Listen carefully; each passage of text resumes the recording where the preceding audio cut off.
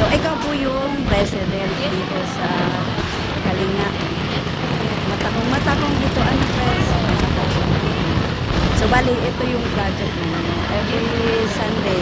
Meron po kami ba yun? Luto na para mabuhay. Ano pang pinapagawa niyo, pres?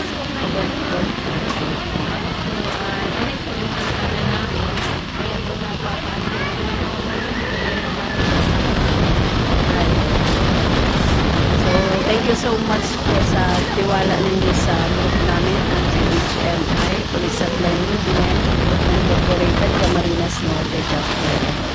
So, marami kasi kaming schedule kaya medyo unting lang yung napadala ko dito. Kasi may San Vicente pa kami. Okay. So, mamaya po mamimit po namin si Barangay Captain. Ano po pangalan ni Barangay Captain? Ay, so, may one. Ay, sige po kung ano yung tutulong namin dito sa samahan ninyo. Willing naman ang group. Sige, padala lang kayo ng message. Sige. Sige, thank you po.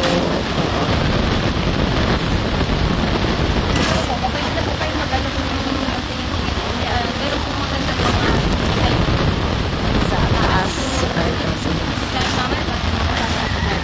Ay, sige.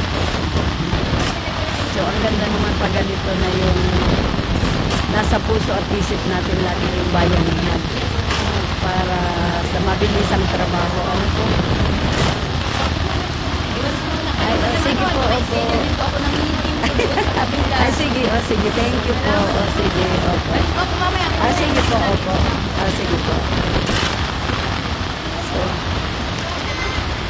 ayan si Sis, si Sis Marilu ng Daet Chapter. Ang sipag magpala, sanay-sanay. Ito po ay parang mukhang construction worker talaga. Si Chairman Marife Casalo ng San Lorenzo Ruiz Chapter. At ayan po yung iba namin mga kasamahan.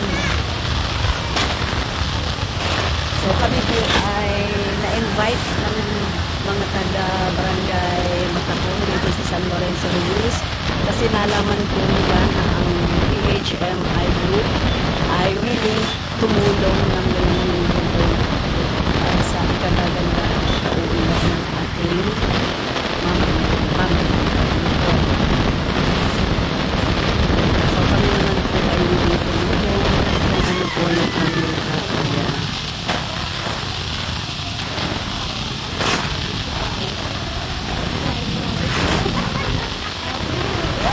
So, okay lang ba kayo? Ay, may payong doon. Pwede naman payungan ko kayo. Ano, chairman nangyari dyan?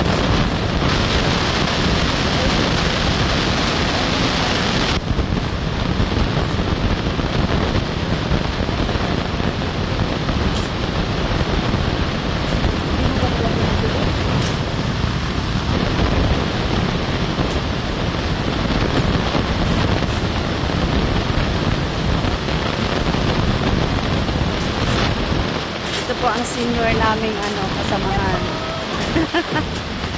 Mga senior po pero may asing pa yan. Ayan po si Mami Lid na utay-utay pa daw po yan. So ayan na po, padating na daw po si Barangay Captain ng Barangay Matacong San Lorenzo Ruiz, Camarines Norte. So ayan, naglalagay lang po ng buhangin sa sako at papasanin papunta